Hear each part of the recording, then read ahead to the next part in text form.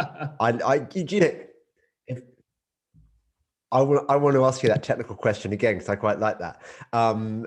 So because I can see that I've worn this shirt, and I in the old days this was a shirt that you were told, the kind of shirt you were told not to wear on TV, wasn't it? Like it was banned. It's doing all sorts of crazy psychedelic things. Yeah, it makes because it's got like regular parallel lines, so it makes the because TV's a series of lines, so it goes really crazy and hazy. But televisions have changed slightly, so they're softer and they've got higher resolution, so it's not as bad. Is that right? Yeah. What are you looking at? Martin's here. Hey Martin, how you doing? It's yeah.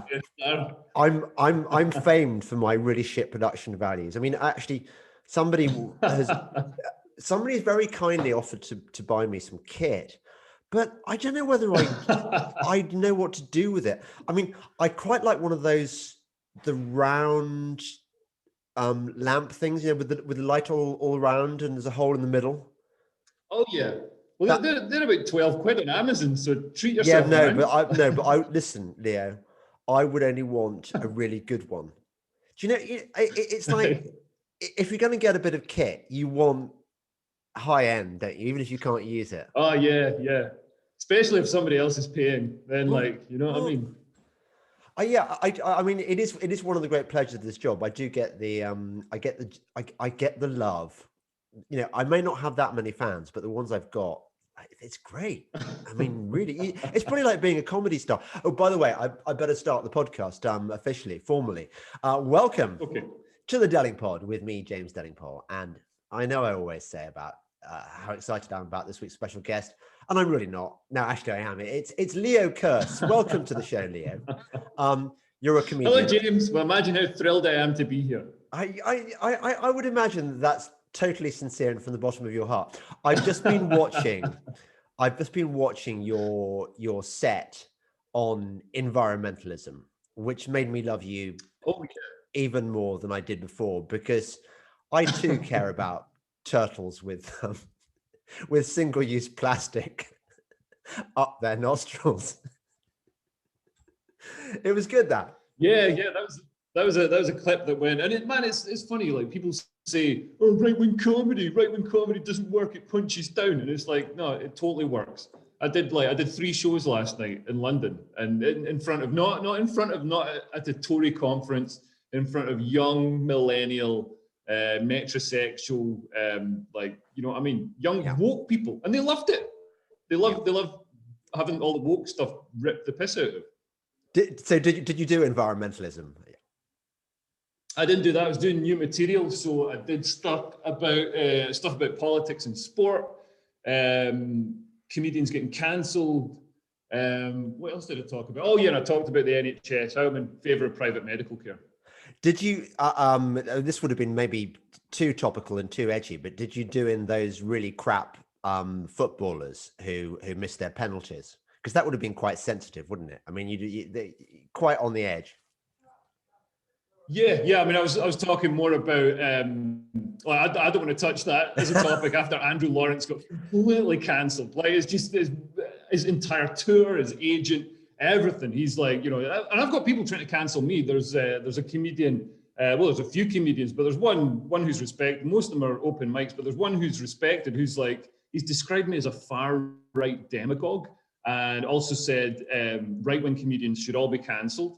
And anybody who works with them should be cancelled as well, because obviously the left are full of tolerance and promote diversity. So why wouldn't you completely cancel one section based on one characteristic?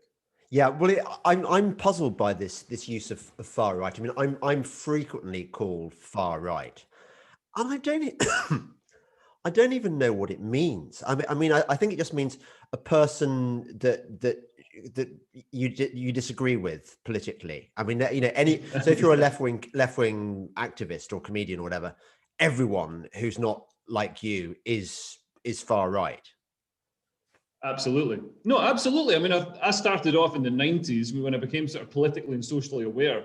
I started off fairly, left wing. Like, I'm in favour of, I'm sort of right wing in terms of I worked in government. So then I realised actually government's really inefficient and just terrible at its job. So I became more of a sort of individualist. But I'm for human rights. I'm for equality, tolerance, and diversity. And that used to make me left wing. And I've stayed in the same place, and everybody else has drifted towards this sort of Maoist, just ideologically rigid, basically communism. And so me being a sort of individualist means that I'm now, far right or right wing or whatever. I'm not even sure that the terms have any meaning anymore, because I've noticed that a lot of my followers now, my fans, whatever, are people who would have voted for Jeremy Corbyn, for example. And obviously I've got Brexiteers and Thatcherites as well. But it seems to me that the issues now in the world are not about right v left. They're about an evil sort of globalist elite, a sort of machine versus the rest of us. Yeah, the issues are really individual rights versus government rights. And for some reason, left-wing people are always utopian in their idea of government. They think it's going to be this incredibly efficient machine that's going to take your money from you, take the money that you've earned, and know better than you what you want it spent on, and spend it better and more efficiently and get a better deal. Man, I worked in government. I got to tell you, it's just a bunch of disinterested, corrupt apparatchiks completely spaffing money up the wall. And I thought if anything showed us that government, big government needs to be reined in, it's the pandemic. Look at all the money they're giving to their cronies for face mask deals or whatever it is, medical treatment. And so they're taking, almost they're printing money. They're stealing. That basically steals money from us. When they print money, they're not making new money. They're devaluing the money that's in circulation. So they're stealing our savings from us and stealing our future earnings from us. And they're not spending it. They're not spending it wisely. And when government power grows, it doesn't lead to more individual rights. It leads to fewer individual rights. They're bringing through all these and this is where there is some overlap between the left and the right. They're bringing through all these draconian authoritarian laws. The policing bill, the hate crime bill in Scotland. There's going to be one in the rest of the UK soon that take away our individual rights, our freedoms as individuals. And it's so important. There's never been a time in history where larger government has led to, more, better human rights or more freedom or better employment. Maybe, in certain circumstances, like, the New Deal or whatever, there's a case to be made for a Keynesian stimulus.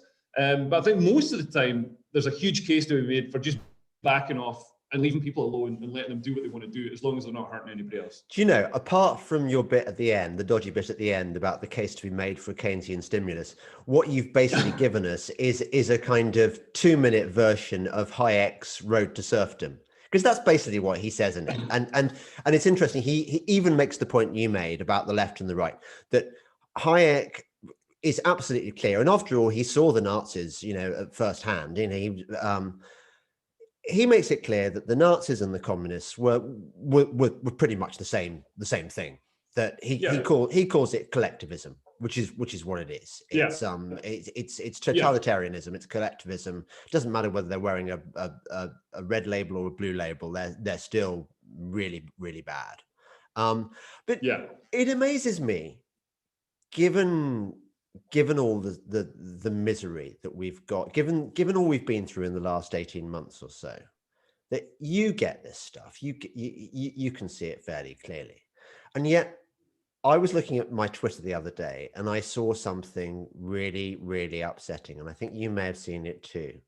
And it was a gaggle of about 30 alleged comedians making a video, a comedy video no less. They'd written a comedy song showing their musical skills, and it was to raise money for the NHS, our NHS. And I don't know why they thought that the NHS needs money. I mean, it seems to be, we seem to be feeding it like a... How much are they intending to raise with this song? Is it going to be like £58 billion to keep the NHS going for a year? I mean, it's ridiculous. It's purely it's signaling. It's them being like, oh, look, I'm a good person. I'm doing a song for the NHS. I mean... Yeah. I do material saying my FIFA is better. By the way, I've got this could be just, I don't know. I've got my volume turned up to max on my ears, and you're still quite quiet. Can you make your thing louder? The volume, I wonder if it's, what if I put headphones in? Will that make any difference? Don't know. Okay. Has that made any difference to the volume? No, but it's probably good. It's probably good practice to put headphones on anyway. I did a podcast with Right Said Fred, and yeah, they didn't wear headphones, and the feedback was annoying. What was even more annoying is that some of the twats among my followers blame me for it, like it was my fault. I'm thinking I wasn't a recording artist for since the 1980s. I haven't had a music career with lots of studio engineers and stuff. I'm not the one who should know this shit. Anyway, what were we saying? I'm going to see if I can turn up the microphone.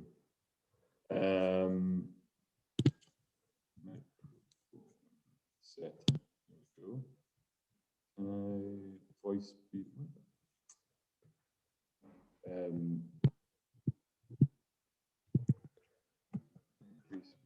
It is a crying scandal, I have to say. It's a kind of a sign of how bad things are, that if this were a fair and just world, you and I would have teams of people just like, scurrying around.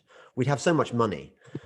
We'd have teams scurrying around to make sure that we didn't have to do this kind of menial stuff. But instead, the people who get the teams scurrying around doing the menial stuff are these kind of lackeys of the deep state working for the BBC.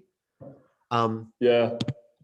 Oh, why is everything in Windows? Everything is like a massive pain. You've got to like hack in. It's like when they hack into the computer system in Jurassic Park. Yes. I don't know why they can't just like. Is Windows the thing that Bill Gates invented? Yeah, and I thought it would be the worst thing he was involved in until now. Exactly. I don't know what it is with Bill Gates. He's too helpful. You know what I mean? He's got like $250 billion or something. He's just too helpful. He's up to something.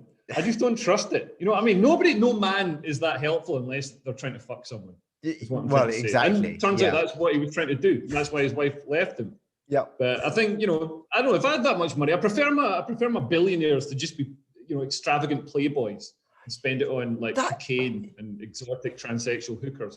You are so right. You'd want them to buy their volcano island and have their men in the kind of the jumpsuits on the Underground Railway doing their stuff, but building death lasers maybe, but not trying to. Yeah, absolutely.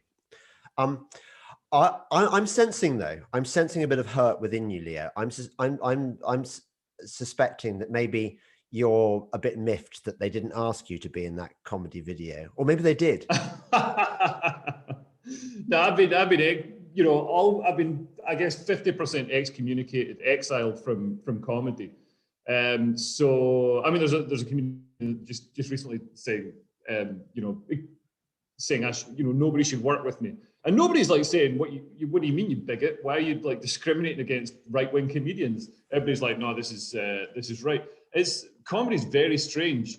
It's very strange. It's like everybody thinks that it's like one big happy family and we all pull together and help each other, and no, we're just constantly trying to get each other cancelled. Yeah, well, except for right-wing comedians don't. Like me, Jeff Norcott, whatever, we just get on with our thing, do our thing, just write jokes and be funny and smash gigs. But left-wing comedians feel that they've got the signal to other left-wing comedians that they're purer, they're more ideologically perfect. You've sort of undermined my next question or my next line, which was, in the past, I've been disturbed by the sort of is camaraderie the right word?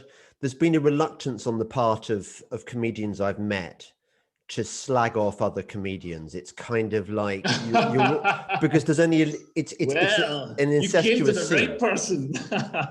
I'm so no, we all slag each other off all the time. No, we absolutely we slag. There's a rule in comedy: if you get in a car, we do car shares. Because if you've got a gig in Plymouth or whatever, there's no point all four of us driving independently from London. So we'll share a car, and then you can slag off whoever you want. Everybody outside the car gets slagged off, and then we never mention it. There's an omerta. That's well, okay. So tell me, for example, I mean, he's after all a fellow Scot, about the trajectory of Frankie Boyle. Because I used to love Frankie Boyle when he was telling really sick, when he was funny. Yeah. He was sick, wasn't he? I mean, he was like, he was telling jokes about disabled people and about the famous one about Jordan and stuff. And you thought, I'm so happy that someone out there is carrying the torch for sick humor that makes you laugh. And then he went, and there's no excuse for it other than, like, he said this horrible stuff, like, the thing about Jordan, which is hilarious, and it can't be excused. It's racist, it's sexist, it's a rape joke. There's no excuse for it, except that it's really funny. It's so funny, and I think if something's funny, comedy's got an inbuilt excuse. You're either funny or you're trying to be funny. And I think this should have. I mean, Andrew Lawrence, all right, it wasn't funny, but I think he was trying to be funny. And I think, you've got to extend, some sort of just goodwill. Like, don't assume that somebody's coming from an evil place if they're trying to make a joke. Assume that somebody's coming from a good place, because humor is incredibly powerful in breaking down differences between people and bringing people together. So if we're all, sitting around with sticks up our ass, just like clapping at Nish Kumar slagging off Brexiteers, that's not much fun, But Frankie Boyle basically had to evolve to keep a career.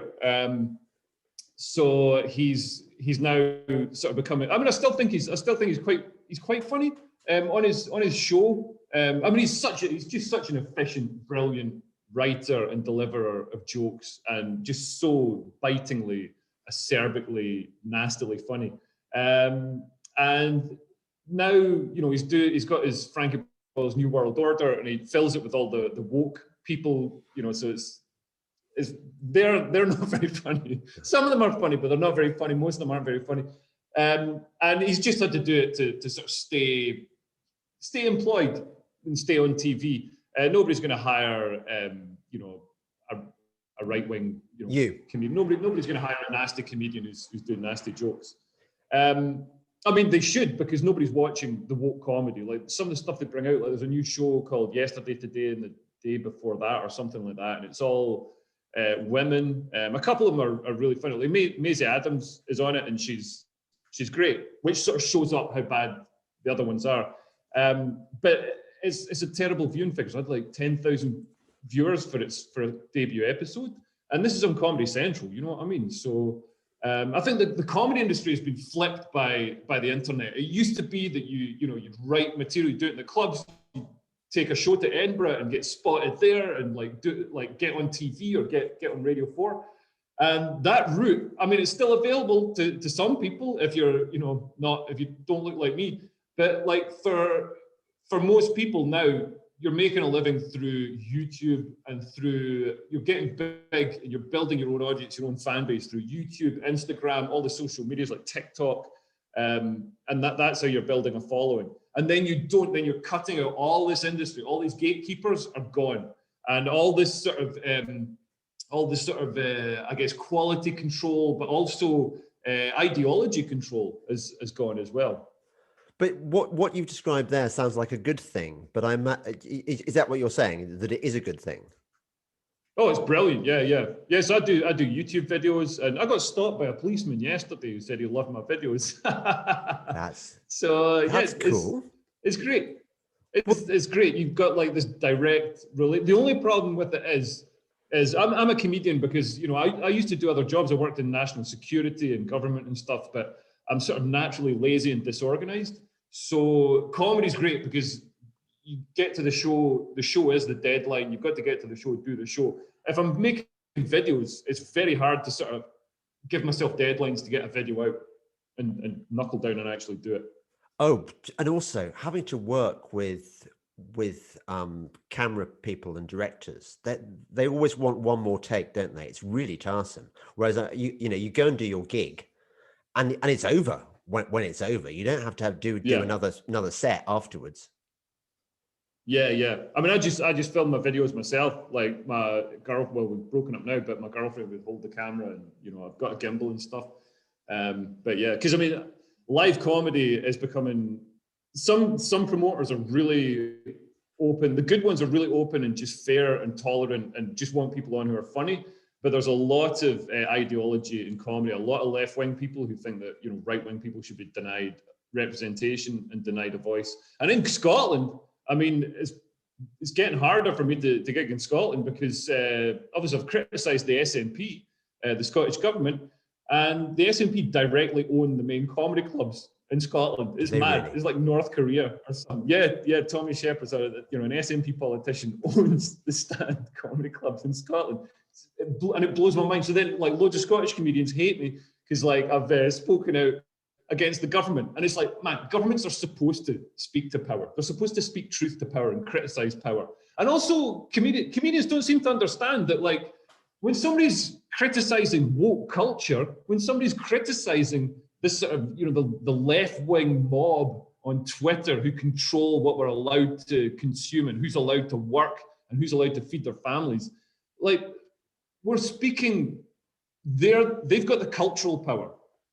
Like, ostensibly, we've got a right-wing government. I disagree that the current Tories are conservative. I think they're quite socialist. But ostensibly, we've got a right-wing government, but we've got a very, very, very left-wing cultural power. And, all through the media, through tech, through every part of the arts and academia, and, pretty much everywhere now, it's systemically woke. So by criticizing wokeness, we're criticizing that power.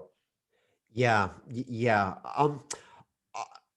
I worry about that. I worry where it's going to go. I mean, can you foresee a time where you won't be able to do your stuff anymore? Won't be able to earn a crust? Because you mentioned about like how it's good that you don't need to go through the gatekeepers aren't there anymore. Because you can do it through the internet.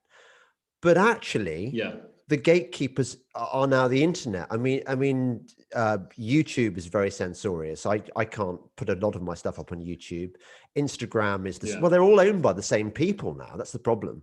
Yeah. So how's that going to work? Yeah, this is the problem, and this is somewhere where the government, although I've just said that we need less government involvement in people's lives. This is somewhere where the government does need to step in and regulate big tech to ensure that they're not being arbitrarily discriminatory against people, because at the moment it's just tech is hugely woke.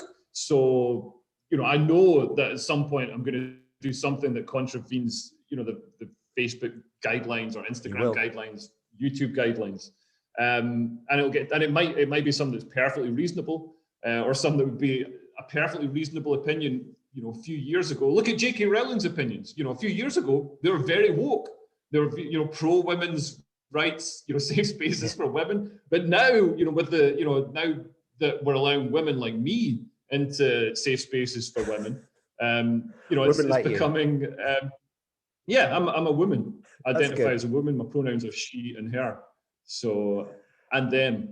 Yeah, well, you can put that evil JK woman in her place for her transphobia, and good luck to you. You're quite right. Absolutely.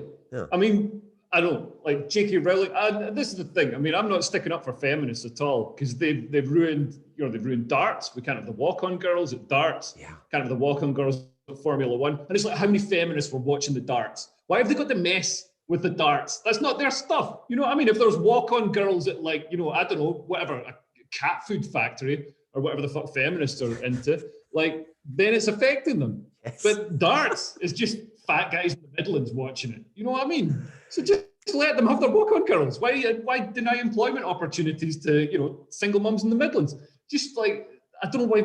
So now feminists are getting a taste of their own medicine with now they're TERFs because they don't like women like me. Yeah, no, I'm totally with you there, and I'm thinking actually how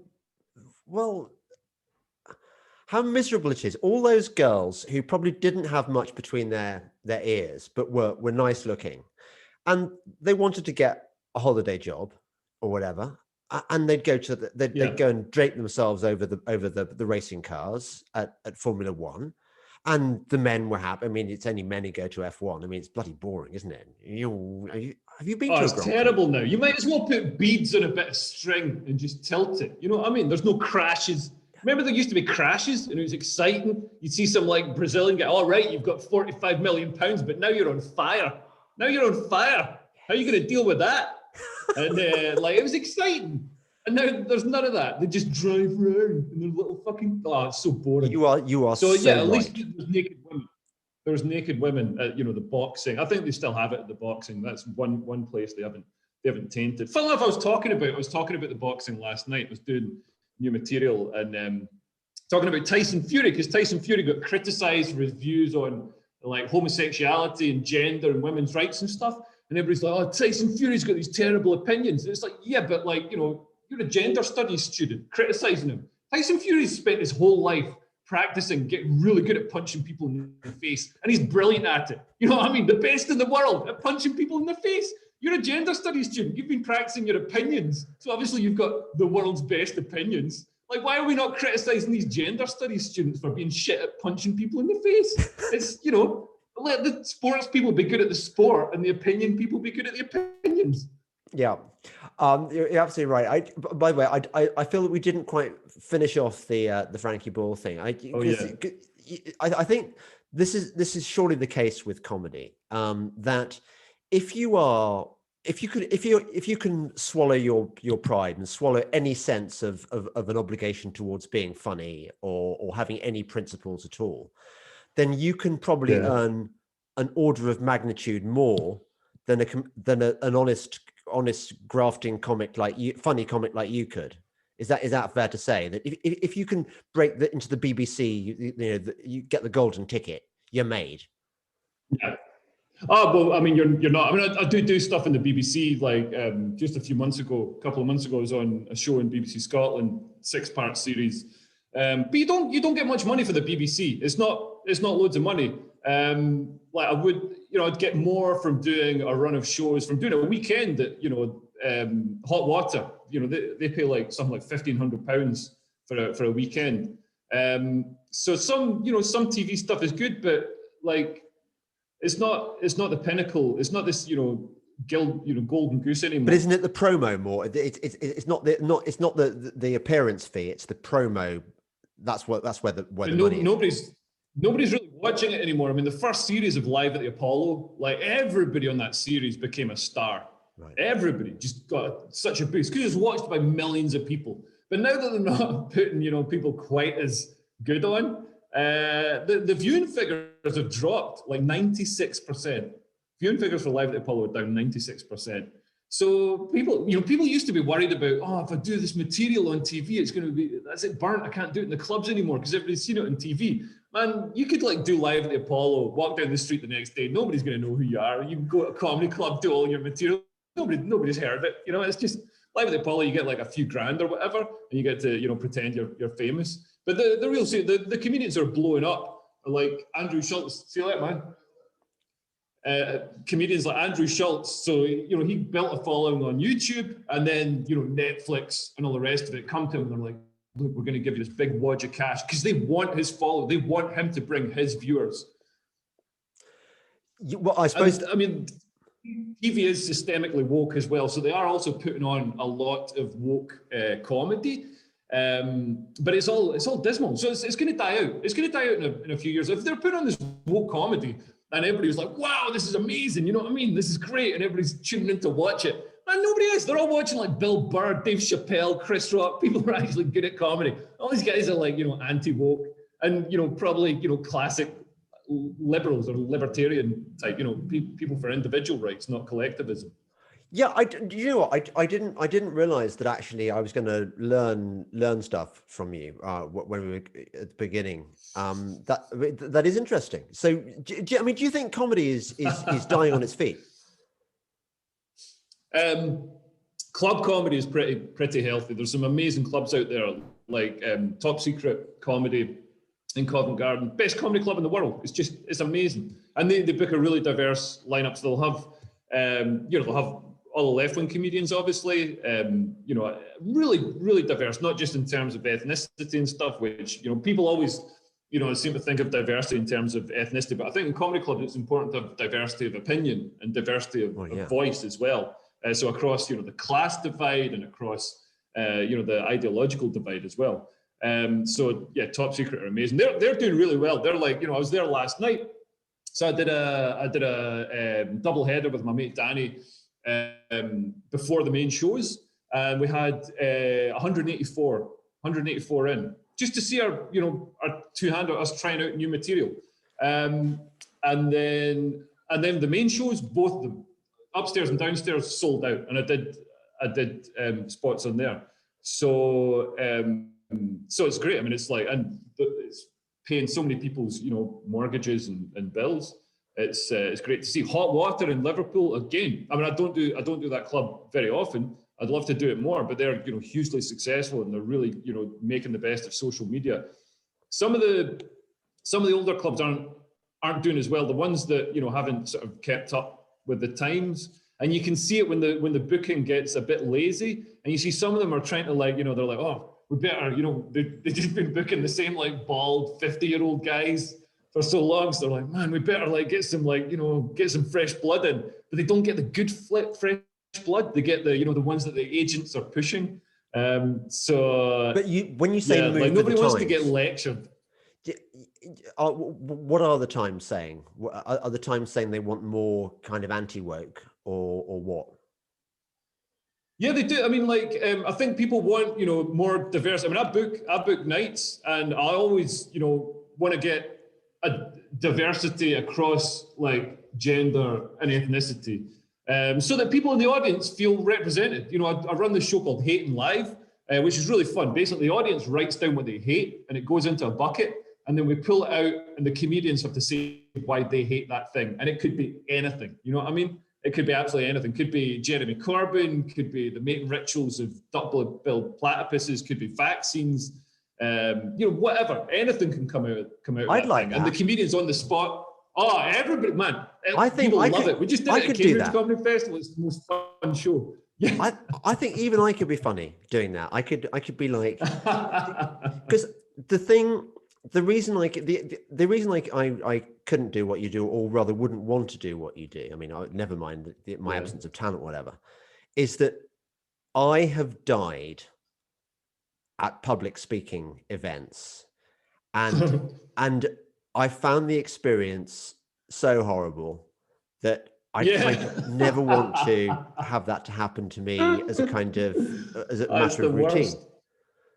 How long did you have to do when you died? Because it's the worst when you launch into, you're doing an hour show and you launch into it and you're like, man, you look at the watch and you're like, man, 4 minutes in, you're already sweating. You got the dry mouth. You know what I mean? You're you know how you trying to start that lawnmower.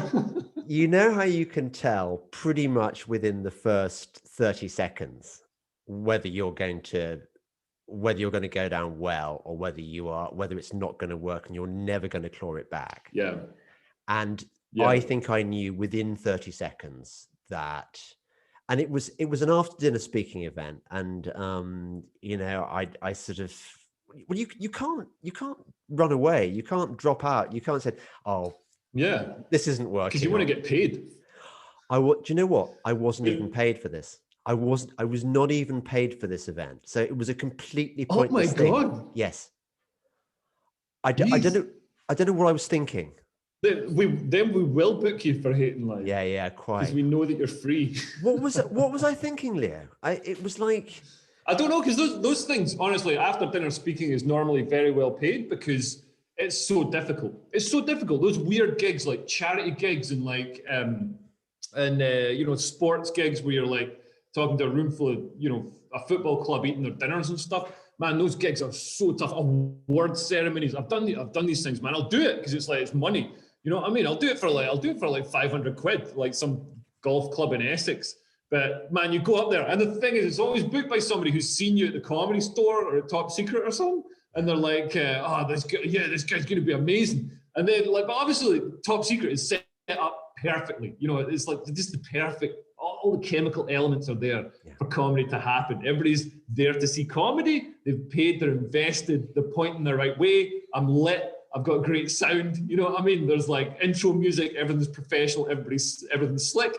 Then you turn up to this, like, you know, golf club, they just throw you on, and like, you know, it'll be like, you know, after there'll be a raffle, and so everybody's checking out the raffle prizes, and then somebody's gone up and said about how, you know, they're raising money for their wife who died, and everybody's crying and stuff, and then they're like, welcome to Studio Kearse, like, and then you got to go up. There's no stage, you're just standing on a bit of carpet, no light, and you've got this horrible radio mic that keeps cutting out, and you got to try and make them laugh, and then, you know, you can see them tutting because you said the word dick, and it's horrific. Yes. And you get that money, and you're like, man, I'm in the car, and my wheels are spinning before the guys even like said thank you very much, you know, like. But and it is, what's almost worse is that you have to have the dinner beforehand, and they're all getting steadily drunk, and you. I mean, I don't know about you. I don't like to drink before I speak because I need my mind sharp in case things go wrong. Yeah. Although sometimes I think maybe absolutely. You get that slurred voice. Yeah. And so you've got to put up with all this, and you're having this conversation. You're pretending to be polite, but all you're thinking about is, oh my God, I've got to speak and entertain these people. And what if it doesn't work? I'm not sure that if you pay me all the money in the world, I'd ever do an after dinner speaking gig again. But you told me, because I asked you about this, and I loved your story about the one of the nights you died. Go on, tell us the story. You know, the one about the NHS party. Oh God, yes, this is in Glasgow. Man, this is in Glasgow at the Rotunda, which, you know, man, I love it, but it can be a tough room. It's quite a big room. It fits like 300 or something. And Christmas gigs, man, they can be tough. This is a Christmas party gig, and like, so everybody's, you know, normally comedy clubs are comedy fans in comedy clubs, but Christmas gigs is like one person, because they've got, you know, office people have to do something for Christmas. So one person will be like, why don't we go and see some comedy? There'll be like one comedy fan. So he drags all these like people who hate comedy to this comedy club, and none of them are there to see comedy. They want to get drunk. They want to shag the receptionist. You know, they want to do cocaine in the toilets. Nobody's there for comedy. They don't get it. And it's busy and it's noisy and all the rest of it. So I went up on stage. Oh, and this is the other thing. So the promoter said, because there was just me and another act on and an MC. So the promoter said to me, I was supposed to be like closing, like headlining. And the promoter said to me, I'm going to put you on first because I want a safe pair of hands to like make sure that, you know, we get off to a flying start. And I knew as soon as he said that, I was going to die. I knew it. That was totally jinxing me. So I went up and I'm like, hey, welcome to blah, blah, blah. How's it going, blah? And like, there's this guy talking really loudly at this table. And I was like, I turned around and I'm like, oh, you know, excuse me, you mind shutting up a bit? I'm trying to do some comedy here. And he turns around, he's like, fuck off. You know what I mean? Like that. I was like, man, I just fucking saw red. I was like, you fucking prick. You fucking, what the fuck? What the fuck did you do? You told me to fuck off? You want to fucking get up here? We'll have some fucking MMA. You can tell me to fuck off. And I thought I was being funny. I thought it was funny. But the whole room just went silent. And then and then I thought, oh man, I misjudged that. And I was like, okay. And then like I tried to, so then I've got this bit of material that, man, it always works. Like if I'm dying, I can do this material and it'll just dig me out and get everything back on board. I did it, and they're all still staring at me just in disgust, in absolute disgust. And then the promoter flashed me off. He said it was the quickest he's ever flashed anybody off at that club. And I lasted about 10 minutes. And I came off. And then in the interval, like this woman came up to me, all like, you know, quivering with rage. And it turns out, oh no, it was actually a nice person came up after her. So the nice person told me, was all like, oh, that guy who, like, you know, shouted abuse at you and then you wanted to fight him. He's like this, he's like a, what do they call it? Something, a modern apprentice? Some sort of, anyway, basically the workplace, like, div. Like, they've got some sort of hire for, like, you know, disadvantaged, you know, div kids. Yeah. And he was their sort of mascot workplace. I mean, there's words that I'd like to use that I'm not allowed to use because it's 2021. But he was one of them. And so he's like their sort of mascot that they you know, I just tried to fight him. And all the women folk were he was there. And he's like 17 or something. But he came up to me with his mates. Like the guy came up to, like, you know, my belly button, and he's all like, oh, you like, and he told me to fuck off.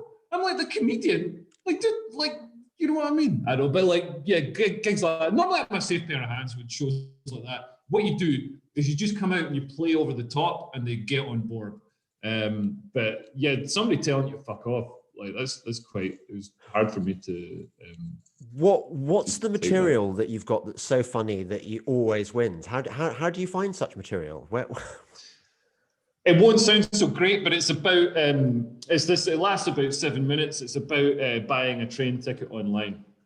It doesn't sound that great, but man, it kills. Okay, it totally kills. So imagine you're dying now, and you've just I was about to do an impersonation of the annoying kid, but I better not because people will cancel me. But imagine it looked a bit like you. Imagine I'm the annoying kid, and I've just been swearing and stuff, and you realize you're dying. Okay, what do you say instantly to introduce your train ticket sketch? How do you get there from dying to the intro to the trains? I think what I'd normally do, I mean, like, I think if you just let the tension hang in the air for a moment, like if you've completely lost the goodwill in the room, you're a little bit screwed. But if you just let the tension hang in the air and then you break it with just like a funny, well, that didn't go the way I hoped, or something like that, then you can sort of break it down, and then just turn around to somebody else, do a bit more crowd work, talk to somebody on the other side. So how's your day going? I like those jeans or whatever, they look painted on, like what I don't know, whatever it is. Yeah. Whatever it is, do something. Distraction. And distraction, yeah. And also showing that you're not just an angry person who wants to fight. You've got to show that you're a nice person who, just got told to fuck off, and that's why you reacted quite strongly. But also, every gig's a learning experience. Now I don't react. I try not to react angrily to people who are being like dicks. Well, it's better to just hang back and let them hang themselves with their own words. And when you've finished the gig and you've died, and you go home. That's like the only time it's happened. And like it's not like I die regularly. That was like, and that was like 2.5 years ago. So let's just be clear about that. Yeah. I'm safest pair of hands in the circuit. Always kill it. And always kill it with like stuff that, shouldn't work. When people are, oh, right-wing comedy doesn't work. It's punching down. Well, obviously it's punching. Everything is beneath me. You know what I mean? So obviously anything I punch is going to be punching down. Yeah. Like, and also, yeah, right-wing comedy isn't punching down, it's punching up. Well, absolutely. No, they invent these phrases which shortcut argument. So we all know that right-wing comedy is punching down. We all know that punching down is a bad thing. We're not even asked to question it. And actually what we should be saying, why is it punching down? What do you mean by punching down? What are you saying here? But no one ever does, because those are the tricks they always play. I like going to comedy gigs, but there's no way I would go to a comedy gig if I had to wear a mask. What's the deal now? Oh, so you wear a mask, or you don't have to, James, you don't have to wear a mask if you say you're exempt. Yeah, well, that's what I do. You just say you're exempt. Yeah. Anytime, in some of the comedy clubs, I'll wear a mask because, like, I don't want the club getting into trouble. So, like, if I go into the club, I'll just wear a mask. But then when you're sitting down, you don't have to wear a mask if you're a punter. When I'm on stage, I obviously don't have to wear a mask. That's lucky. But that wouldn't work. But yeah, really, like when I'm in the, like, man, I do this on stage, but it's a true story. I was at the station. This policeman said, where's your mask? And I said, I'm exempt, because, if you say you're exempt, you don't have to wear one. But I thought, because it's a policeman, I better give a reason. So I said, I'm exempt because they give me anxiety. And he said, where's your lanyard saying that? And I was like, lanyards give me anxiety as well. Did it work? Man, judo, 3D chess. Yeah, of course it worked. Man. And at the end of the day, if anybody says anything, I just say I'm transgender. And then everybody backs off. Nobody wants to mess with a transgender woman.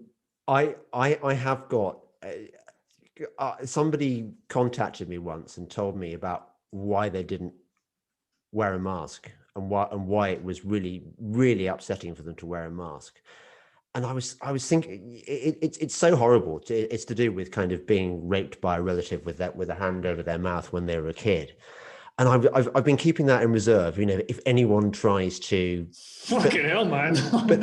but normally, I wouldn't start on that. Like, no. I mean, fucking hell, you don't want the policeman to go away and cry. Well, like, you see, he's just doing his job. No, I generally go for the mask exempt option, and I don't wear the lanyard, obviously. And actually, I was in Devon recently, and I only got challenged once. And you know, the guy, it was a fish and chip shop, and the guy said to me, "I'm going to have to ask you to wear a mask." And I just said very nicely, "I haven't got one. This. I'm exempt." And he said, "Oh, you're exempt? Oh, right." Fine, and that was it. That was the worst. If people realize this, if people realize that all you need is a bit of kind of good-natured confidence, and you know, I really am exempt. You know, you've got to believe it, and that works. Yeah, but no, and like, you know, I get that like masks might have, like, you know, they might improve things a little bit and reduce the spread of the virus by, like, you know, 20% or something like that. But it smudges my lipstick. And also, like, you know, everybody's talking about this virus like it's a bad thing. I just want to free up some parking spaces. You know, we've got a lot of people in London and nowhere to park. Like, why is everybody, you know, everybody's like, oh my God, people are going to die from the flu this Christmas. Now they're talking about there's going to be 60,000 deaths from the flu. It's like, just let people, sometimes people have to die. They can't live forever. We're all going to die at some point. If you don't die of the flu, it's like that guy. Remember, there's that guy, William Shakespeare, the first guy to get the vaccine. Yes, he died. And he died like 3 months later because he's old. And it's like, so what? So he had the last sort of year and a half of his life just spent like locked inside, no human contact, no love, no affection, no seeing his family, just so he could like live for 3 months after he got the vaccine. Like, no, just let people fucking live and like enjoy their lives.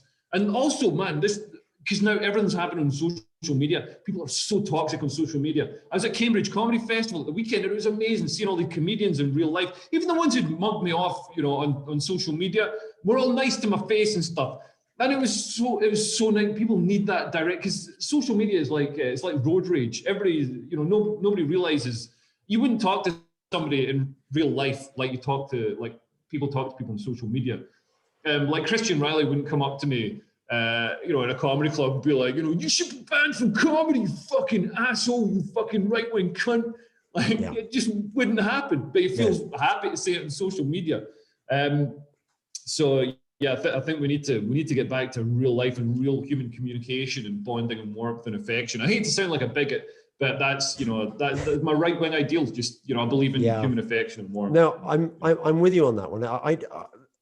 I was going to ask you, because you must get a sense of where the generations are, whether there's any hope for them or not. And do you get sort of mixed crowds, sort of mixed age ranges in your gigs? Oh yeah, hugely. I mean, I think the sort of core age range for my videos is it's mostly men, and it's they're mostly sort of between 40 and 65. So, you know, they're the people watching my videos. But at Top Secret, if I'm doing it at Top Secret, it's very young, you know, very studenty, you know, very young, you know, right on crowd. But man, what I've noticed, like, especially with my nephew as well, like the young people that are coming through think all this woke stuff is completely bullshit, because they can see through it. They can see it's just another religion. It's just like, you know, oh, these are the strict doctrines that you've got to stick to. And, you know, except with, at least with Christianity and, you know, Islam, they're written in literal stone. They don't change every week. You know what I mean? So like now this week you're a good person last week, but now you're a TERF. You know, it's just this sort of these religious doctrines you got to stick to, or you got to pay lip service to. But obviously nobody's really, you know, that pure. So it's this weird sort of performative religiosity. But the younger generation can see right through it, and they're just like, well, this is bullshit. That's what I mean? And also they're abusing the rules. Yeah, my mate's a teacher, and there's kids at the school who just have, you know, different pronouns and stuff just to fuck with the system. You know what I mean? Yes. Which isn't why I transitioned, by the way. I'm a genuine woman. Yeah, you are. No, I can see that, and I respect that. Absolutely. Well, thanks. I'm glad you said that, because otherwise I'd report you to the police. Yeah, well, obviously you'd have to. Funnily enough, I was on the I went on the campaign bus with Loza, because you were also a Reclaim Party candidate. That's right. You made the. I was going to become king of Glasgow. I recommend your campaign video. It was the best campaign video anyone's ever made. It was almost like, I don't care whether you vote for me or not. You know, it was good. It didn't get you many votes though. Well, the problem with it, I thought like, you know, running for election, I'd get to go on TV and go on all these debates and stuff. No, because I'm like basically independent candidate. I got nothing. And even the things that I organised, the SNP have got such a grip over the country.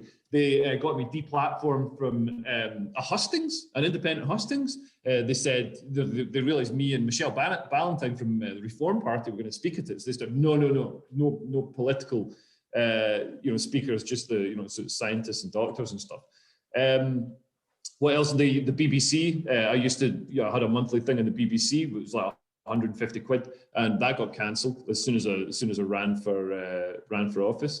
And the thing that really cost me the election, so the one opportunity I had to get my message out there was you get to do an election address. The Royal Mail delivers your message, delivers a leaflet to every household in the region, in the whole of Glasgow. So we had 330,000 leaflets printed with the printers. The thing is, man, because we were trying to do everything like properly, as if we're like, a big political party. So, our advisor said, man, you got to like have them printed in Scotland, because it'll look bad if, the election address goes out and says printed in Essex. And like the Scottish, and then other people in Scotland said, no, you can't have like Scottish business involvement, because the SNP like controls so much of the economy in Scotland, because it's, the public sector is a much bigger proportion of the economy there. No business wants to be seen to be going against the SNP because they'll lose work. So I noticed George Galloway got his leaflets printed in Essex. So there was some sort of screw up between the printers and the Royal Mail, and my leaflets didn't go out. And that was my one chance to get the message. It was an amazing leaflet. It really communicated. Didn't go out. Just got pulped. You know what I mean? So we definitely learned some lessons for next time. But I would have got a lot more votes if those leaflets had gone out, and also if I was more organised and less lazy. Yeah, but that is faintly sinister, isn't it? I mean, it is. Let's be honest. It is the kind of shit that would go down in Nazi Germany. They are. I can say this. Maybe you can't. But the SNP are National Socialists. It's just like. Oh, absolutely. And they're trying to increase the they've got this hate crime legislation and this legislation that's taken away people's rights. Like, they tried to make children the property of the state rather than, responsibility of the parents.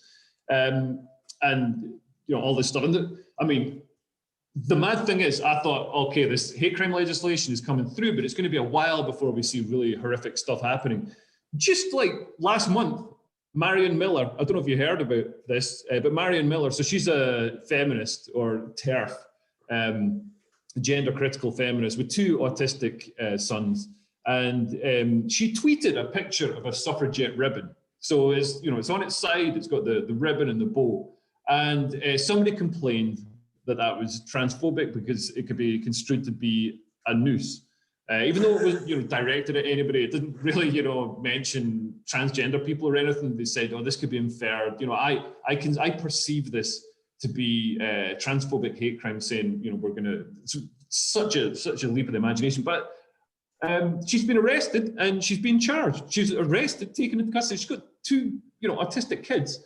It's so Orwellian. Like it's worse than Orwell. It's horrific. Yeah. Like, and this is where we're starting from. You know what I mean? And also everybody's right behind it. The whole society. All these woke pricks are like, lock up this mother, send her to jail. She tweeted a picture of a suffragette ribbon. What a scumbag. Yeah. You know what I mean? Burn her, burn the witch. you know, and you see the mobs, you see the glee of the mobs on Twitter being like, oh yeah, we're destroying this person. And you say to them, yeah, but like, you know, like what Andrew Lawrence, you know, you say to them like, but yeah, he's got a family, he's not going to be able to feed his family. Like, yeah, he doesn't deserve, his kids don't deserve it. It's like, what the fuck? Like a moment ago, you're saying how Marcus Rashford was great because he's getting school meals out to the kids. But you don't want these kids to eat? Like, what the fuck? I don't know. There's no logic or like, you know, or like just reason to it. It's so weird. Yes, yeah. That in a way was why I was asking that question about well, you sort of reassured me about the up and coming generation. This is we're talking sort of school age generation or a bit older than that.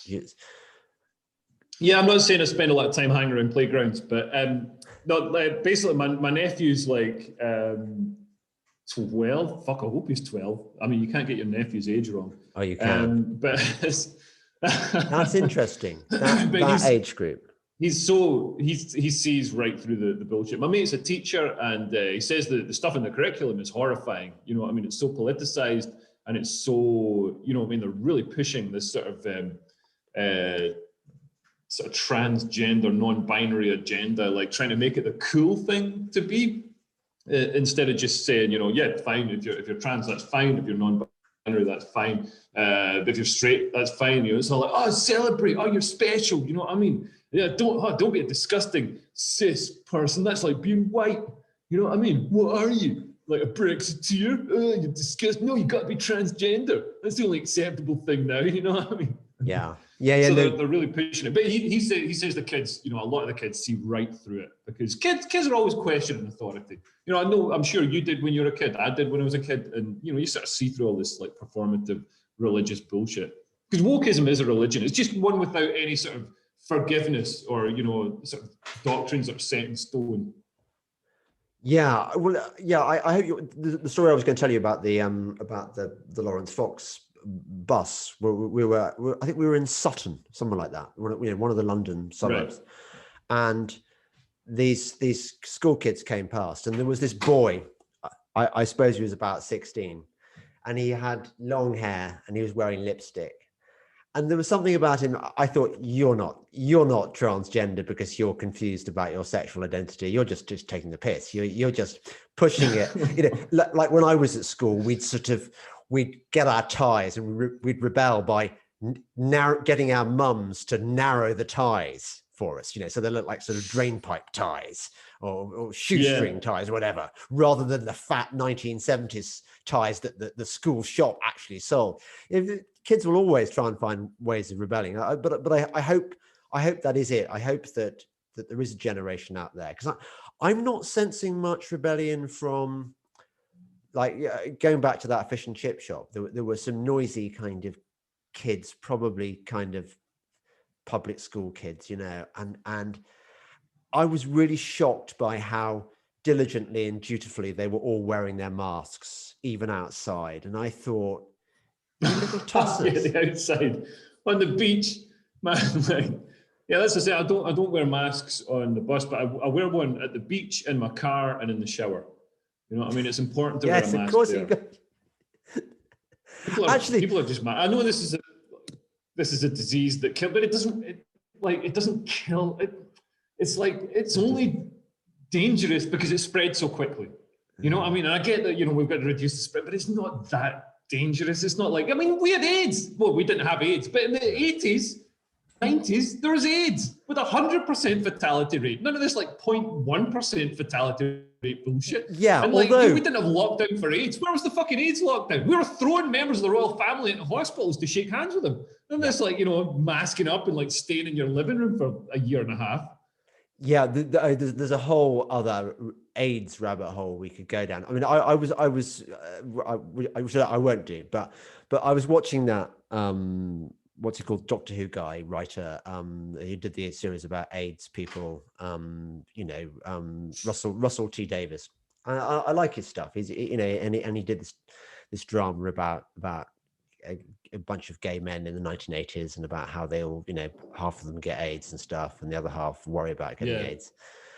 And so I started looking at the actual number of people who actually died of AIDS, and you know, it was presented to us at the time like this was the plague that was going to kill us all, but actually it was really quite a minority event, you know, in terms of the actual death toll. Compare the death toll with the attention it was given, and I mean, actually, this thing we're having now is a replay of that on a larger scale. Not many more people are dying, if even more people are dying. I mean, if you look at it's mostly people at the end of their lives who are going to die, you know, within the next like few years anyway, or like fat people. And it's like, man, I can't believe something came along that killed fat people and we tried to stop it. It's like, and also there's still fat people. Like a year and a half into this pandemic, there's like fat people, and it's like, whoa, if you're still fat, that's worse than not wearing. That's like not wearing a face mask and licking every doorknob in London. You know what I mean? Like you're on a death. If you're still fat, never mind the normal fat guy, like diseases like diabetes and all the rest of it. Like if you're still fat, like a year and a half into a coronavirus pandemic that specifically, you know, targets fat people, man, you can't tell anybody to wear a face mask. Yeah, people have often say this. People of our persuasion, they look at, you get this footage of the 1970s, and you realize how great the 1970s were. And you look at these scenes, a beach in the 1970s, there are no fat people on that beach. Now, is it because we had guards patrolling the beach, making sure like they either roll them into the sea where they can start a new life, you know what I mean, surprisingly graceful in the water, or they're just sent back. It just didn't. I mean, truck. It could be that whaling was still a thing in the 1970s. Maybe they were all harpooned, but I think probably a Japanese guy just pops up and like that's one possibility. Or the other possibility is, you know, I suppose the other possibility is that everyone ate incredibly well in the 1970s, but I don't recall eating incredibly well. That's not the answer. We had stuff out of tins, didn't we? I mean, when we were children, we had peach alphabeti spaghetti and stuff. That kind of been that. Yeah. Hula hoop. It's good for your brain though, getting all those like words. Yeah, that's true. Well, I mean, that's why I'm so literate. That's why I got into, you know, good university and stuff, and got you know, to read English. No, but the thing we had in the 1970s, which we don't have now, is the notion that being fat was kind of an undesirable thing. It wasn't sexy. Whereas now you have all these kind of body positive bollocks being churned out by the, you know, you have models that actually make you want to throw up. Yeah. It's terrible. And like, people need an excuse. Like, you know, like there's ever been a problem with lack of fat people. Like there's plenty of fat. Like, I think it's kind of ridiculous. And it's also bad for the people, because not only is being fat, like they've got this thing where like, you know, I'm healthy at any size. And it's like, no, that's not medically true. Yeah. Healthy, you know, below a certain, you know, BMI. And I'm over my BMI. For a skinny person, I'm surprisingly fat, heavy, but surprisingly fat. Yeah. So I mean, there's other stuff you got to look out for. There's like you get the stealth fat that like settles around your organs that even skinny people can have. So you can have like stealth fat. So you got to watch out for that. But it's not healthy. And also, man, these sort of messages, these body positivity messages, are lying to people. So then, you know, I've got female friends and I'm like, oh yeah, I'm so like, you know, empowered, and you know, I don't need to be. I'm just, this is the way my body's meant to be. It's like, your body's not meant to be. Your body's like that because you drink like 2 bottles of Chardonnay every night and eat shit from the takeaway. Like, your body's not meant to be like that. And the thing is, they're being told they're beautiful and stuff, but they're not. And like, men aren't looking at them being like, you know, oh, you know what I mean? Which, you know, maybe they don't want that. Like, maybe they don't want that weird sort of 70s cartoon guy going, oh, but you know, I know, you know somebody's not beautiful if they post on Facebook a picture of themselves, you know, fat and stuff, and they say like, oh, guys, I'm so beautiful. And people agree with them.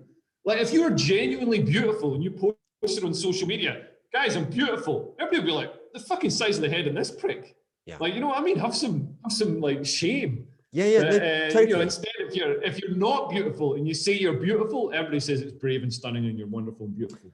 There was a I can't listen to the BBC anymore because it's just like shit. I'm always on the lookout in my car for stuff to listen to. We were traveling down with the kids to Devon, and we were listening to old episodes of Desert Island Discs. And the best one I've ever heard was the one with, do you remember Clarissa Dixon Wright, Two Fat Ladies? Yeah. Yeah. Okay. So it is the best ever Desert Island Disc. And what's great about her is that she's absolutely frank. And she talks about things like how awkward, even back then, people were discussing the concept of fat. You know, they felt awkward about using the word, even though they were called Two Fat Ladies in the series, but no one wanted to address this issue.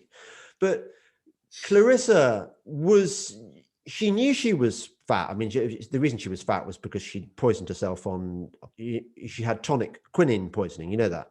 She had so many bottles of tonic. She drank 2.5 bottles of gin a day in her alcoholic phase. And the tonic that she drank with that, the quinine, destroyed her adrenal gland. Her adrenal gland worked overtime, and so she could never get thin. But she was very unapologetic about. She didn't try to pretend that being fat was a good desirable thing that we should all kind of feel comfortable about. And that's what we've lost. This sense that it's not a problem if you're fat. Except insofar as you shouldn't expect ambulances to be made reinforced to carry you to your bariatric hospital, you know, for your bariatric bed, your specially wide bed, and you shouldn't expect the whole economy to be closed down just because there's a bug going around that kind of seems to get you more if you're fat. That shouldn't be the deal. Yeah. Well, I totally agree. What I said is so true. You had to agree with me. Yeah. I had fat activists at my show. This was back in 2018, I think. But basically, halfway through the show, these fat activists stood up kind of slowly. And one of them shouted, "We're fat activists." And I had to agree with them. They were fat as fuck activists. Like, I managed to get away from it. I got away by walking up a flight of stairs.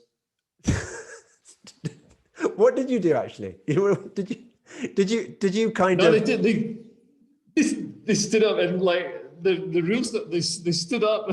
We're fat activists. Man, it was so weird. Like people were laughing, you know what I mean? But they said like they were super angry because I did some joke about. I did some joke that went on the internet about, funnily enough, it was about fat people living in the sea. So I said global warming, you know what I mean? I said sea level's going to rise, and the whole joke was premised on the fact that sea level's rising doesn't matter because it happens really slowly, so you just walk up the beach. You know what I mean? Yeah. Like you can get away from the sea, and which I know isn't the truth of why global warming's a bad thing, but it's a fucking joke. You know, this is what people don't understand. Sometimes comedians are joking. You know.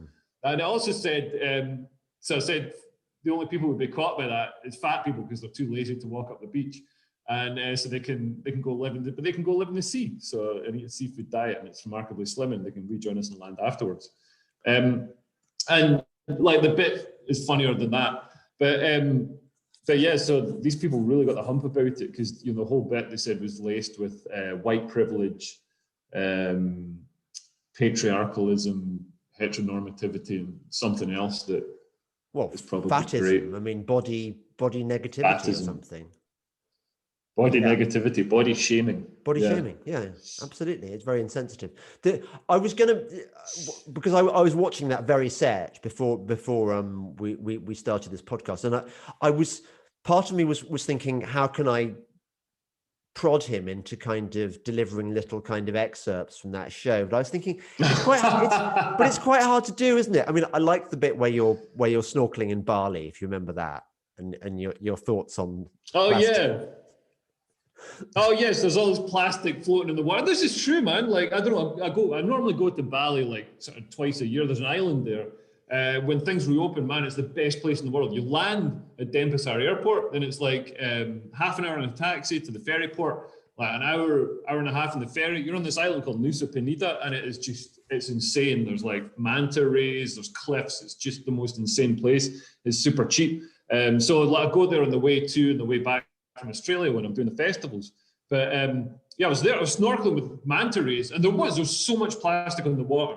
There's a lot of plastic pollution in Southeast Asia in the oceans. There's these big manta rays, and they're hoovering up and stuff. But it was all banging off my head, and I was like, man, if we just made this shit heavier, just make the plastic heavier, then it'll sink to the bottom of the sea. No fucking problem.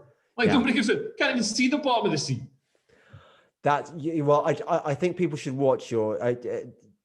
When you, I'll put the notes, about where to see your stuff and stuff, and you've got links to that set, which is really good. I don't want to bum you out. I don't think you're ever going to be able to go back to Bali or whatever. I think this is going to be the end of everything. They're going to close us down. That's the plan. And funnily enough, no, I don't think it is.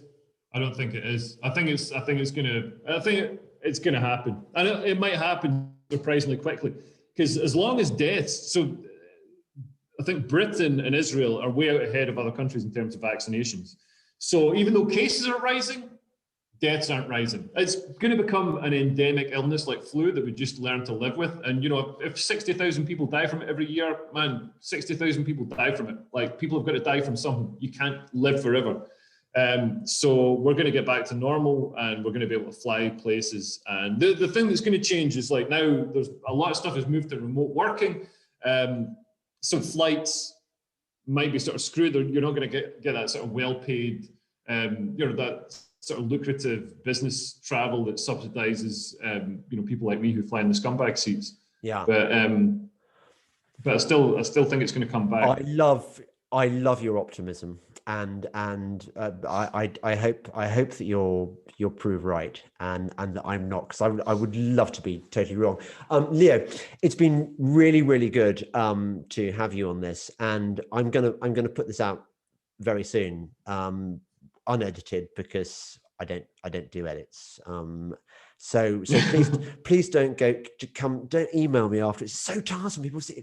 People email me and say, "Oh, I think I said something, insensitive about," and I kind of think, fuck off, that's the point. You're meant to, it's normal just to miss. We should be allowed to, make mistakes or step over the line. I mean, this is the thing I hate with all this cancelling of comedians. Like, comedians are always, transgressing over the line of social acceptability, because sometimes you do that and it's really funny. Sometimes you do it and it's not, and we've got to be able to do it and learn. You've got to be able to crash the car to find out how fast it can go. It makes Formula One more exciting. So, I don't want comedy to be this sane, sanitized, everybody's scared, everybody's self-censoring, so they don't say something that's going to get them cancelled. I think it's vital that we've got the ability to offend. I apologize to everyone who was one of the sad things, Leo, is that I get these occasionally guilt-inducing letters, and I do feel genuinely guilty, from people who say, I'm a massive fan of your podcast, and I've been trying to kind of de-woke my 12-year-old grandson or whatever. But can you warn me next time about all the swearing? And it's true that's it's the only reason that I try really hard not to swear. And I mean, with a Scottish comedian, like a swearing free show, it's not going to happen, is it? It's not going to happen. So and you could have told me at the start instead of the end. I could have done. Do you know what, Lynn? That would have involved being organised. And the thing I always forget to do at the beginning of the show. I mean, partly because I think it's just so boring, but partly because I'm like a horse at the beginning of the Grand National. I just want to get on and just jump those hurdles and win the race, or roll over and be one of the horses that gets shot. Whatever. The thing I meant to say at the beginning and never do is, please, everyone, if you love this show, and I know you have, don't forget, support me, because we're getting all our freedoms taken away from us, and people like me do need to earn a crust, in this system which is trying to crush people like me. You can support me on Patreon, on Subscribestar, and at my website, delingpoleworld.com, and you can give me PayPal donations, whatever. And I'll put links to Leo so that you can help him feed his starving bairns, as I believe they're call them. The starving bairns. Yeah. Right? Oh yeah, they can get a sugar butty. Yeah, a sugar. You could like sugar butty. Yeah, You know, £5. They're used to like just a bit of margarine and some sugar on it and some white bread. It's like, wow. This is what man. You know, the average age of coronavirus deaths in Scotland is actually older than the average life expectancy. Yeah. Like in Scotland, it's not a disease; it's an antioxidant. The Scottish diet is so bad you can actually introduce a Chinese bat virus, and Scottish bodies are like, what is that? Is that fibre? No. Yeah, exactly. So COVID has been a boon to Scotland. It's increased the life expectancy in Scotland, which I think is Some people are living into their 40s. That's good. All right, Leo. It's been really great having you, and we must do it again sometimes. It's been an absolute joy. Thanks a lot. So thanks for having me, James. Speak to you soon. Cheers. Thanks a lot. Bye bye.